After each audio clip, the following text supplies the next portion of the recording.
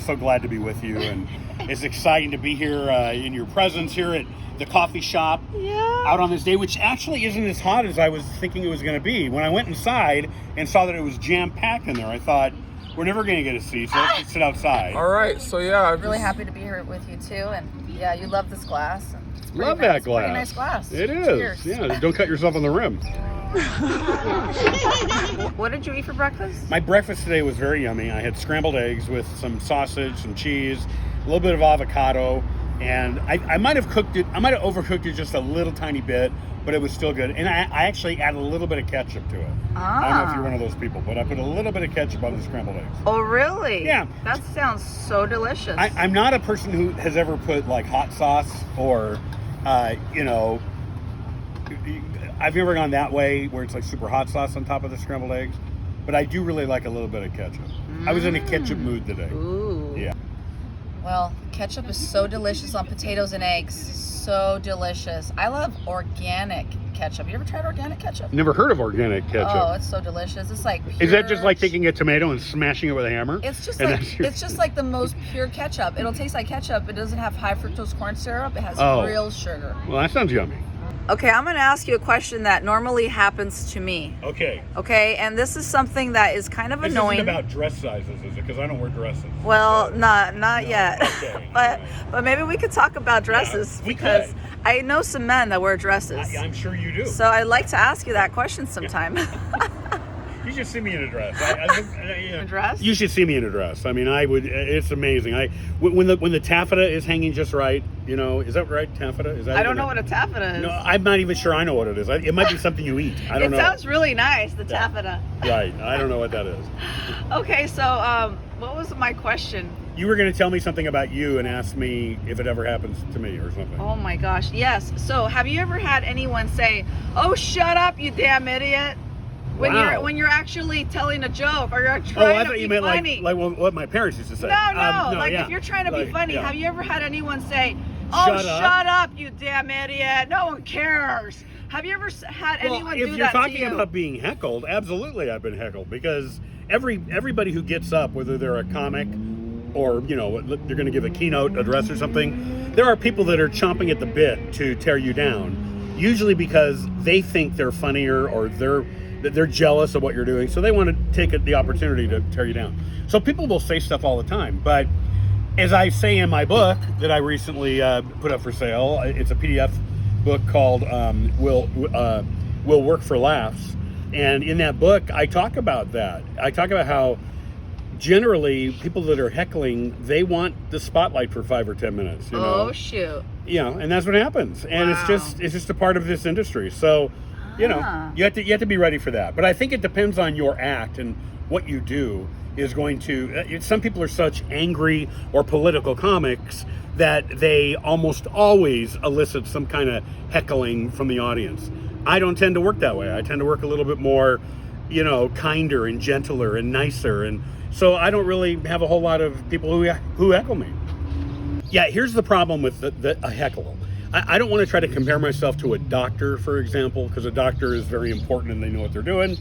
But imagine that you're getting operated on by a doctor, and somebody comes in and starts bugging that doctor while he's busy, cutting into your chest for a heart operation, and he's trying to distract the doctor from what the doctor should be doing, working on you. Very similar, because comics, we actually come up with a routine that we're doing, and we've carefully crafted those words. Even though it looks like it's off the cuff, usually it's not. We've actually created something that we are wanting to perform for an audience. So when somebody heckles that, they are tossing like a log into the train track and screwing it up, and then you have to respond to that. You don't have to, but if you don't, you look like a jerk. You have to respond to that heckle and then find your way back. Where was I? What was I talking about? And it disrupts the show. A heckle always disrupts the show. Even if they're funny for those 15 seconds, it still disrupts the show. Okay, so what is a heckle to you? A cancerous cell that is ruining the body of the comedy. I think a heckle is, it comes out of a place of arrogance, out of self-importance, out of a need to be in the spotlight when you're not in the spotlight because you're in the comfort of the dark theater. It comes from a place of deep need. There are some people who are funny for 10 seconds, and I try to let them do that. And then when it gets to a point where they shouldn't do it anymore, I just say, sorry, you're done. Okay, so I have a question for you. What is the difference between a heckle and an amen? I think that's a good question. I think a heckle, well, first of all, if that amen is authentic, so that's my assumption. So a heckle is intrusive. A heckle is disruptive. An amen is affirming. So I agree with you. What would an amen sound like if you are in the audience in front of a comedian? Well, I guess I'm wondering why somebody in a comedy show would yell amen. But it's not really a word, it's more of an expression. Well, yeah. If somebody shouts out yeah or ha or yeah, what right, is an amen to you? What does it sound like? Yeah, because that's a comment of affirmation. I agree with you, Dan. So how can we be more supportive for you? Instead of sounding like hecklers, how can we sound more like, yeah, for you? How does it sound like? This is a big thing with comedy right now. It's changed in the past, since the pandemic for sure. But people in audiences are under the impression that they're part of the show, that we're all in this together, and Dan says something and I'll say something, and Dan says something and that's not how comedy works. Comedy is not a dialogue. It's a monologue. So my answer to your question is, if somebody wants to support the comics, just come to the show and enjoy it. Realize that the person on stage, it's like a movie. You wouldn't yell at the movie, that was a bad take, Tom Cruise. You wouldn't do that, because it's a movie. But, just come to enjoy it. Come to enjoy the experience. So one time, for an example, I was in a class, and it was called Human Sexuality in college, and something really funny happened. There was a guy driving really fast down the strip. He pulled over at the hill of an edge somewhere, and he started to have intercourse with his girlfriend for like maybe 3 seconds, and then it was over. And then people were silent, but there was only one guy in the room that went and then I wanted to laugh too. So, you know what I mean? What do you do with something like that? Yeah, is there a question in there? I'm not sure I heard a question, but that's just somebody responding. I would have laughed. First of all, what'd you say, 3 seconds? 3 minutes. It was more like, it was under a minute. These people had sex, and so there was obviously there's something going on there. Right. Yeah, that's just, certainly that's worthy of a what? Or I'm sorry, you're in the street in your car and this is what you're doing, you couldn't find a parking lot somewhere, or so to me that of course brings about, I don't get it. Well, I don't know what this is about it. So, but that's that whole situation, I don't consider that a heckle. A heckle would be somebody maybe making fun of what they were doing. Right. Or, trying to be funnier than that. Yeah, well, I can do it in 2 minutes. Make some joke about it. Well, that's what I'm saying. It was like somebody would have been, what the F just happened there, right? Right. It's more of a reaction. It's somebody stings you. But I think in a comedy club setting, a heckle, maybe it sounds like it's a reaction, but it's not. What it is a desire on the part of the heckler to be part of the show. They want to show maybe their girlfriend or boyfriend that they could be funnier, so that when they later, wasn't I funnier than that comic? Yeah, you were funnier than that comic. Great, let's make out. It's like it's some way to puff them up, to be funnier than they are. But I guarantee you put that same person in a room with other people at a party, and they might have that same 10 seconds or 15 seconds of funny, and that's it. So would you consider a heckler a cantankerous, boisterous, annoying, disrespectful drunk? There are all kinds of hecklers. I'm not going to name names because some people viewing this will know who I'm talking about. But I was at a show recently where there was a person who always comes to this venue for the show. and they always heckle every comic on the show. And it became when we did this at the show recently, it was very disruptive. And all of us on the stage during our set at some point had to call this person out and say, shut up. We're the ones performing. Just keep drinking and enjoy your night. We don't need your help. So all that to say, there are various levels of heckle. Some people are just, they're innocently funny and they want to shout something out. And, you as the comedian have to decide how much you're going to let that bother you or not bother you. Some people they won't shut up. Can I tell you a quick story? Yes. So I opened for, you've heard of Cheech and Chong? I don't know if you've heard of Cheech and Chong. Okay. I opened for Cheech many years ago.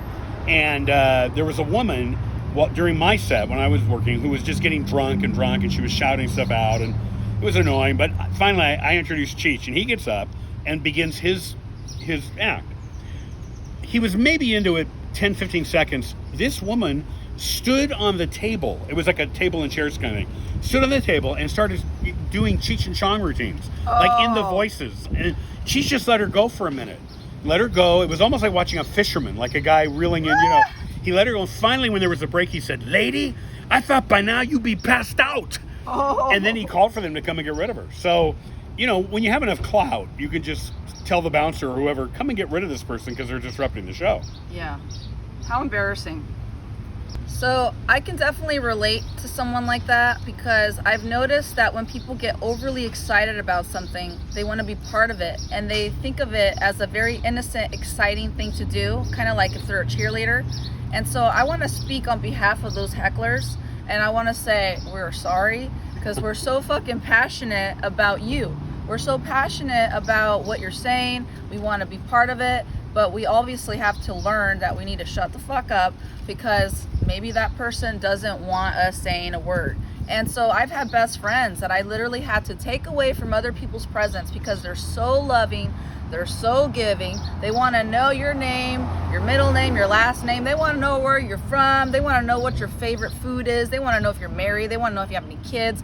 That's me. I'm kind of like a heckler. I'm kind of like a bozo clown, like that lady jumping on the stage, trying to do dance routines, being a dumb clown. But she meant it with all her heart. And then I also see the funniness of like, dang girl, I could see you were gonna pass out by now. And then she didn't pass out, but she's so fucking elated. She's probably so high or so drunk, and she felt so happy to be there. But then she also felt hurt because a motherfucker came and took her away from the stage.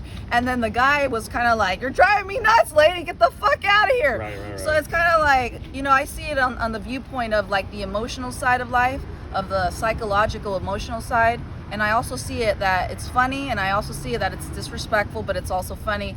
And we just got to learn to find the balance of it all. You said a lot of things there. One thing you said about maybe it's, I forget how you said it. You said maybe it's, on behalf of the hecklers, maybe it's disruptive. Always.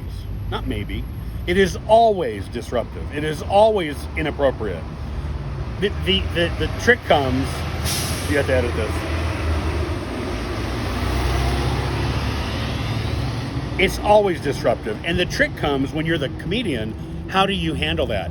You also talked about how they want to be, up on the stage with you and get to know you and all that. That's because even if you're a lesser known comedian, you're on a stage with a mic performing. You are in the spotlight. You are somebody who is perceived as a performer in the spotlight.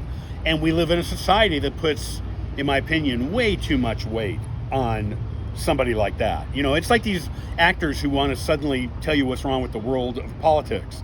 Just act. Just do the thing that you're good at doing. I don't need to care what you think about Democrats or Republicans. Just do what you do. And we'll let the politicians fail miserably with that. I love about what you said about just act. I just met a couple yesterday that were from somewhere in the city, somewhere far away. And they came up here, they're passing through. And I really love Sundial Bridge because I'm starting to understand that people travel here. They actually go on the bridge, and we're starting to become like a really special place to stop, for those travelers in the world. They want to come to Sundial Bridge. So husband and wife showed up somewhere probably from LA, and they speak Spanish. And she started sharing some advice to me on how you ought to save 25 cents for each dollar. and how she came here from another country. Her first check was $700 a week for doing hair and nails. And that touched me in my heart because I'm a hair girl, a beautician. And then suddenly I'm like, yeah, let's dance. You guys are great. Let's have you kiss, you and your husband kiss. Let me record. You guys are beautiful. Then suddenly she starts going, yeah, and the politics. She started talking about, you know what they're doing, and I'm just going, fuck, lady, let's just enjoy our fucking day, man. Can you just shut the fuck up already with them politics? I don't want to hear it. Let's create our own reality. Fuck. So now I'm starting to like become more real. Like all this grit that I have inside that I've been sharing my whole life with my brothers and sisters and my mom and dad and just people that really, really know me. It's like now starting to come to the surface of the world. It's like, you guys want to know some real fucking politics? This is the kind of shit I deal at home. This is the kind of people I know on the streets. This is me. You want to hear some real truth? Because I'm done listening to your fucking politics. For me, no matter what you do, whether you're a comedian or an actor or a hairdresser, whatever it is, I like the concept of staying in our own lane. I like the idea of doing what we do and then doing it as well as we can, you know, and not having to do everything. You know, I have friends who work in the entertainment industry, and one of them's a producer, and I know that he has shared his thoughts on comedy, which is fine, but he doesn't do comedy. He's a producer, and I do comedy. I'm not a film producer, you know, so I wouldn't even begin to advise or share how this person should produce, you know, because I think we need to stay in our own lanes, and that's how you get better and better and better at what you do. And I don't know, I think if people who want to become famous, let's say, Steve Martin said it great. He said, be so good they can't ignore you. Be so good they can't ignore you. And that's easy to say, but difficult to do, because to really accomplish that, you have to work at it. You have to work, and there's a lot of comics who don't want to work at it. So you said something really powerful. You said, be so good that no one can ignore you. Well, yeah. I was repeating what Steve Martin said. All right. Well, I got to attest to Steve Martin and what he's saying on that, and maybe bring some light into that for you and for whoever wants to understand or try to understand what I'm saying. Nowadays, the way you can do that is literally by showing up.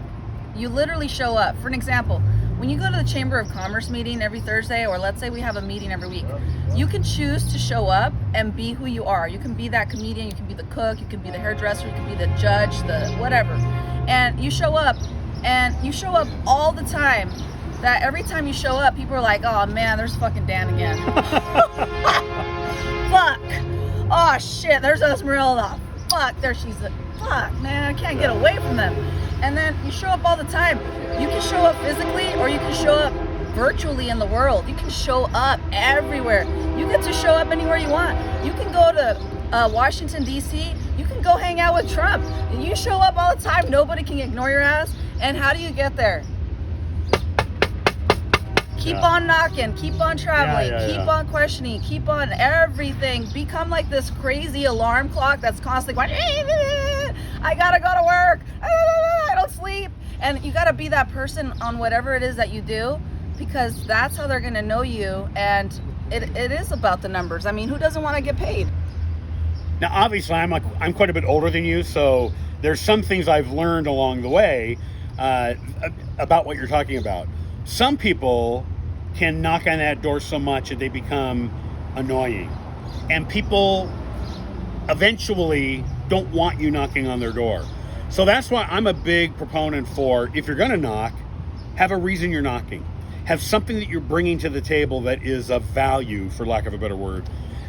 You know, it's like there's so many comics out there all over the planet who they get in a club and all they do is just rant. They get up on stage and they rant. That's not comedy. That's just them. I mean, they could do that at home. Why should I be paying money for a couple of beers and some, you know, finger food to listen to you rant? You know, so that's why I'm a big supporter of create something that you're bringing, whether it's, you know, one-liner jokes or a series of jokes, whatever it is. If as a comic, bring it. Bring something to the table, because whether you want to admit it or not, that's what audiences want. They don't want to hear you ranting. That's a waste of everybody's time, including yours. All right. As you were talking right there, all I kept thinking of were words like wisdom and discernment. It just takes wisdom and discernment to know, am I being used? Am I knocking on the door too much? Who really wants me to be a part of this? And you'll know. I mean, doors will close or they'll open. And the trick there is really learning, it's kind of a learning curve, but learning which doors to go through and which ones to approach. And some doors you go through because it feels right, and you're just over the threshold, and you go, oh my gosh, this is not the right door for me to go through. And that's okay, because that's all part of the learning process. It's like me, my style of comedy. I've come to label it classic comedy, and what I mean by that is comedy that most people, not all people, because I'm not that arrogant, but comedy that most people will enjoy, all ages, which means the content that I bring has to be a little tempered. I have to really narrow what I'm going to talk about. All right, can I play something pretty fun with you right now? Yeah. And that's regarding comedy. Well, that's good, since we're talking about comedy. I can't wait. Let's do this. Let's change it up now. Okay, I am so excited. So we're going to do something really fun. I would like for you to come to my elementary school, because I am the principal there, and we're gonna play a nice. I'm gonna be the director here. This is my preschool, and I would like for you to tell a joke to my preschool students. Please come to our school. We would like for you to make us laugh. This is your improvisational setting right now. Please take the stage. What? I won't do that. What? Because I know my audience. My audience is not 5-year-olds. The best thing somebody could do. You said all ages. So can you make a little preschoolers laugh? Yeah, I would not try to make a class of preschoolers laugh unless I was going to do something like maybe slapstick comedy, or not in terms of a joke, but in terms of just acting goofy or silly. And so can you show us something?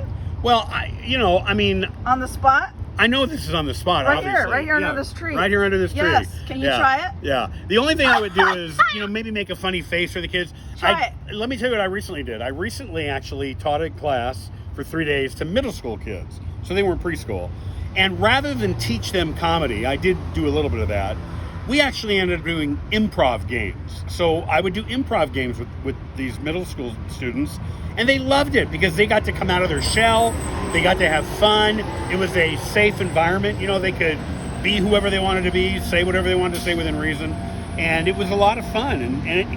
My hope is that it encouraged those, whatever, how old they were, how was middle school, 12, 13, 14, somewhere in there, that it would help them to discover more about the art within them, because again, they live in a world that is constantly trying to trample on them and tear them apart. So they need to, if they're artistic at all, they need to know that they can have freedom to do that. I really want to know more about what you mean, like they live in the world that's trampling apart. Can you elaborate on that? Yeah. Do you own a television? Or have you ever been to the movies? Do you ever watch the news? Do you ever go on Facebook and look at news stories or anything? Yes. Yes, however, I do not pay attention to those things anymore. Well, even if you don't pay attention to them, you live in a world of people who do, and that impacts your life. And so if you're 12, when I was 12 and 13, it was, I'm dating myself, it was things like Watergate and, when I was really young, the Kennedy assassination, stuff like that was in the news all over the television. And then, of course, it got into the Vietnam War and all that. Nowadays, there's rumors of war, there's horrible things that happen in the world, there's the economy, there's all the racial stuff, there's all the, identity confusion that a lot of people deal with, unfortunately, and there's just a lot of stuff going on that are trampling on kids, and in my viewpoint, that tramples on our artisticness, on our ability to be artistic, because artists, little by little, are being told, no, you can't say that, you can't paint that, you can't draw that, you can't say that as an actor or an actress, and what that does is it completely tears us down as a society. Because without art, without music, without theater, without all those expressions, what do we have? We have just a life of robots. And that's why I like comedy, is because you can speak to those things in a funny way up on a platform and hopefully get people thinking, or just give them an hour of entertainment, off of their lousy life. I just love how you said out of their lousy life. It's like, oh my God, you're so funny. Because life could be lousy and it could be funny, you know. Like, I remember a long time ago, I'll take it to the place where I wanted to bring some laughter, is I worked in a care home, and I felt like my life was sometimes lousy because I was just stuck in this cold facility taking care of these developmentally disabled adults. And it wasn't lousy, but I mean, when you can't have a conversation with developmentally disabled adults because they can't talk, or they're stuck in a bed, or they're stuck in a wheelchair, or they're just watching TV, or they look like dinosaurs, you know what I mean? Like, all they say is dinosaur noises, and all you got is noises like, it's like, whoa, this is trippy, man. And then I can call that lousy life, right? But at the same time, it was funny. Like, one time I walked in a room, and there was a lady, or it's not a room, it was a transitional situation where the client needs to use the toilet. So she's on the toilet, and she's sitting there, and she reminds me of a real live bird. And she's sitting on the toilet, and she just goes, I want to get out of here. Somebody get me out of here. Somebody get me out of here. I want to get out of here. Somebody get me out of here. And I just thought, wow, that's so fucking hilarious, man. That sounds like a real live bird. A person that's stuck in a house, she can't leave. And this is hilarious because I want to get the fuck out of here too. You know? And it's like, wow, life is so fun, because that's why I love comedy, because it fills me up with joy. It makes me see my life like, wow, I relate to you. And sometimes the heckler can be the one that goes, yeah, oh my God, you know, because it's like we're laughing. We're supposed to be laughing. We're supposed to be making noise. And so any kind of noise for me is good. I don't even consider it a bad or good. Any kind of noise. If you say noise, I feel like, wow, the audience is alive. No, I'm not being ignored. Now, I know, because I've seen you get up and try your hand at comedy. I've only seen you do that once, but I guarantee you that if you crafted, let's say, a 20-minute long set, and when I say craft, I mean you created these jokes, and you found the right words for them, and you know how they're supposed to land, because over time you've learned, if I say this way, they will laugh, and that's your whole job as a comedian. So if you had 20 minutes of that you had really crafted, I guarantee you that if somebody were to blurt something out in the middle of that, even though you just said, hey, it's any noise is fun and all that, there are some noises that are not fun. And you would leave that situation, and you'd probably be a little bit upset that happened, because it disrupted this thing you poured your heart into perfecting. So I love what you were saying, but I also was already understanding it in a different way. You know how people always want to interrupt when your people are talking? And when you were talking and you said, if you really take time to make this happen, it made me think, wow, I can really be funny if I put it together, right? Yes. And then I also thought about... And you can also not be funny if you don't put it together. However, I can object just a little, because my mother was such a jokester. She never got on stage and made people laugh. But let me tell you, she made me freaking laugh, like, my whole life. And that woman was so good at the comebacks. So maybe we can learn comebacks. Like think about if somebody ever talks shit to you or heckle you, or you're trying to say something funny, you may have a list of like the direction where you're going, but you can also remember like to just kind of go with the flow of energy of like what's funny or what's on your mind, and just go with that. And then if somebody heckles you, be like my mom. Every time she would hear something that was kind of like a little bit tricky, or somebody like heckled her in life, she always knew how to like get that piece of information and turn it into a freaking hilarious joke. So maybe we can use those words, little tiny words, and maybe we remember our past of what kind of joke we made with that, and just throw that in there so that we can jump on that. You're speaking to somebody who has done this for many, many years. So I think there's two different topics there. Just about anybody, in my opinion, can be really funny when there's no pressure. You're cooking dinner and something funny comes to your mind and you toss it out and the family laughs, or the people at the party laugh. That's very different than working as a professional comedian. Even if you're only paid in hot dogs at the club, you're still getting paid, but eventually you're getting paid. I mean, I've done gigs where I've made quite a bit of money for getting up and telling jokes, and obviously I want that set that I bring to work well, to be good. And so we might just have a little difference of opinion there, but I don't agree that it's okay for people to just willy-nilly toss stuff into the act when there's a comic up on stage. If you watch comics, the ones who've been at it for a while and who are really good at what they do, you'll see that they don't like that. It disrupts them. Because now they have to, like I said a minute ago, they have to find their way back. What was I talking about? What happened? You know, and that totally makes the comic look immature.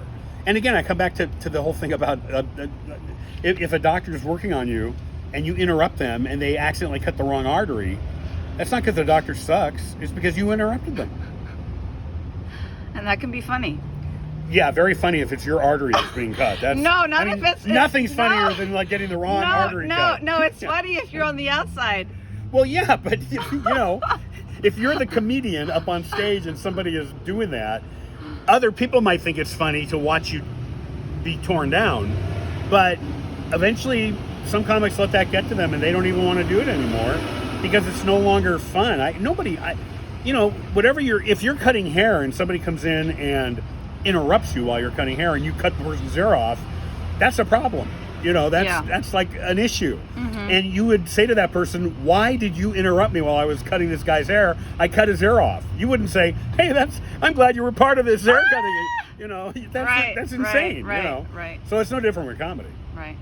Yeah, we just definitely all have different flavors, you know, different strokes for different folks. And either way, I really love the time that you've taken to just explain things, because we all need to see things from different viewpoints and just kind of learn that we all stand in different spots of how we think and how we see the world.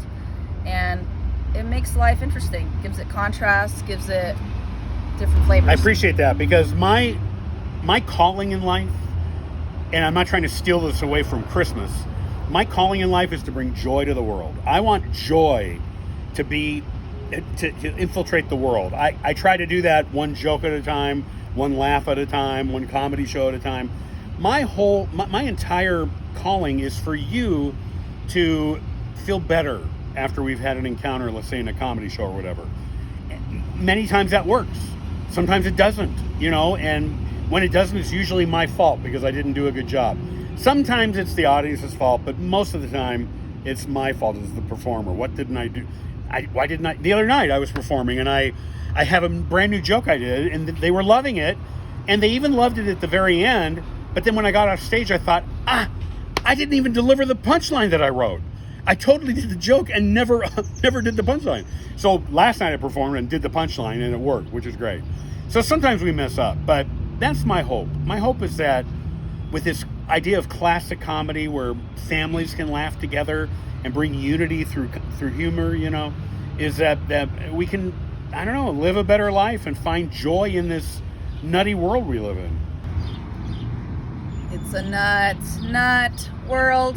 You know, I used to have a client, you know, a cute little old lady that passed away a long time ago. Her name was Verla. She looked like a really skinny witch with short hair. Maybe I look like a skinny witch too, you know what I mean? And I just love the way she looked at me as she's sitting in her wheelchair and she's like, yeah, we gotta go. And she's got her little teeth just popping through and she's got this strange look, very sucked up, like a skeleton. And you know, we're all gonna be there someday. We're either gonna be like really fat people with a bunch of saggy skin just coming down, or we're gonna be that old guy or that old woman with lots of tattoos, but the skin has departed from the epidermis. So now your skin is all blotched ink. You can't see your ink anymore. It's just blotched ink. It just has spread now.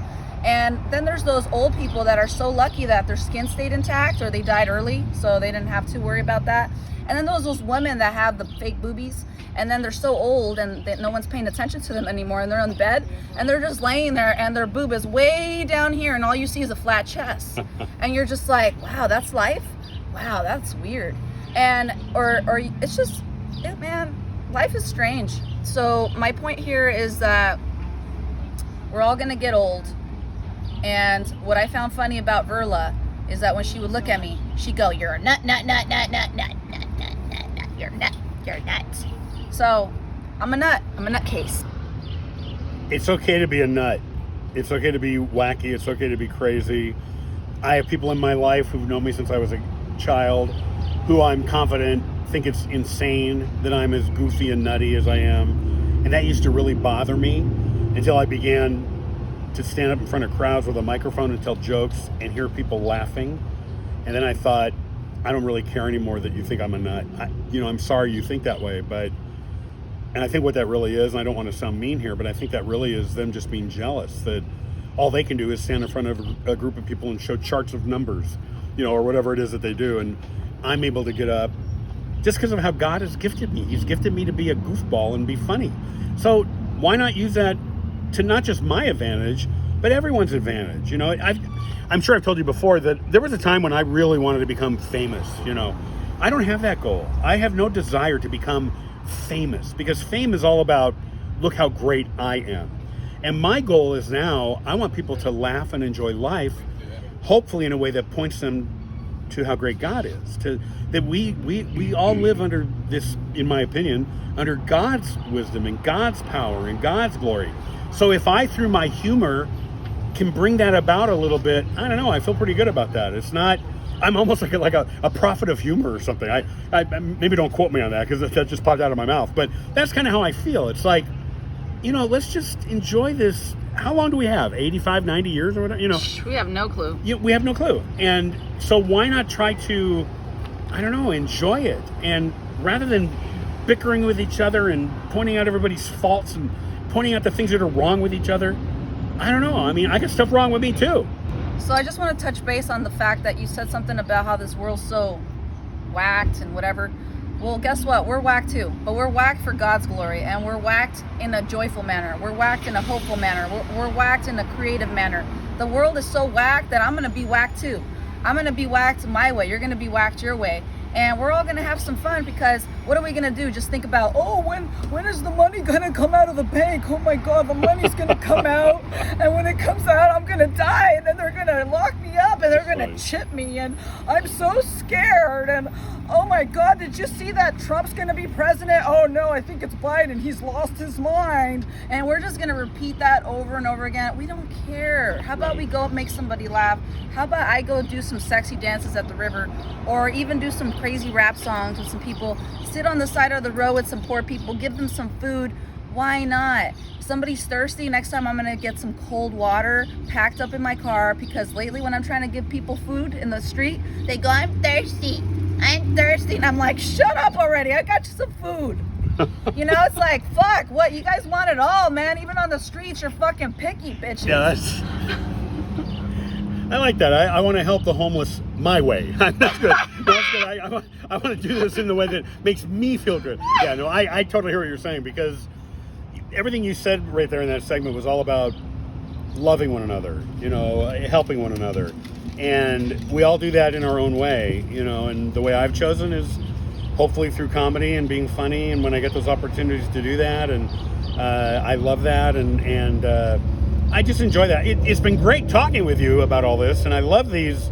I love how you ask so many deep, kind of probing questions, because it gets me, and probably anybody who watches this, thinking.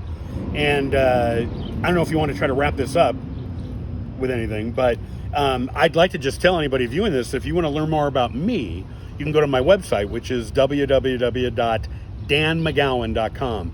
And let me spell that, because people always get it wrong. When I call for text service, they have no idea how my name is spelled.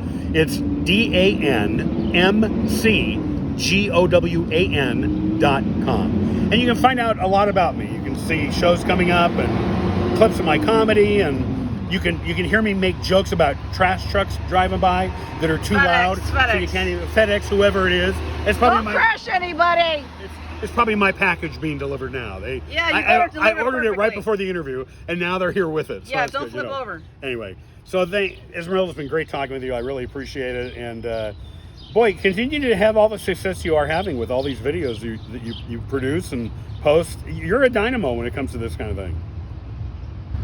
I want to thank you so much for coming out, Dan, and I'm so grateful that you shared what people need to do to find you. And also, please book Dan, reach out to him, let him know that you need his jokes, you need him to speak at your school or your church or your local restaurant or bar, whatever, your school. Just call him, direct message him. He's got some special rates.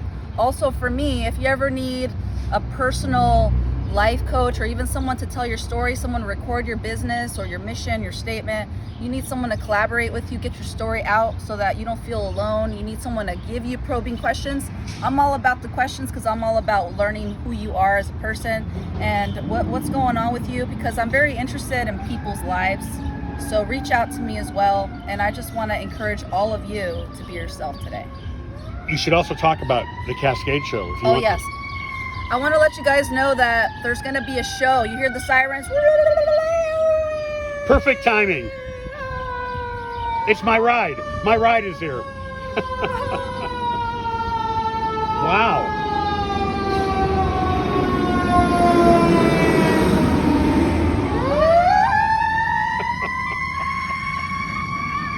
You hear the noise? Yeah. You hear the noise? Take the noise.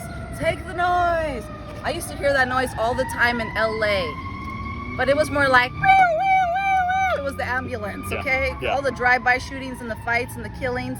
I heard that every night, at least 5 times a night. So it was horrible. Speaking of the Cascade Theater, It's called Magic of a Lifetime. Look out for the link. There's going to be a link on my bio on the Linktree section, and there's going to be a place where you can buy your tickets. There's going to be 4 sections where you can possibly sit: the posh seat, the second to posh, the third, and then the 4th. So make sure you get the posh seat. and the 5th is in the alley, right? Oh yeah. The 5th is outside. You don't yeah, want right, to go yeah. outside now. No, yeah. So make sure you get the posh seat. The first seating is going to be $112. The second to that is going to be $62. The third to that is going to be $44, and the third is going to be $36. So go ahead and make sure you get your tickets, because you're going to see some of the most incredible people come up on stage and talk about their sad shit.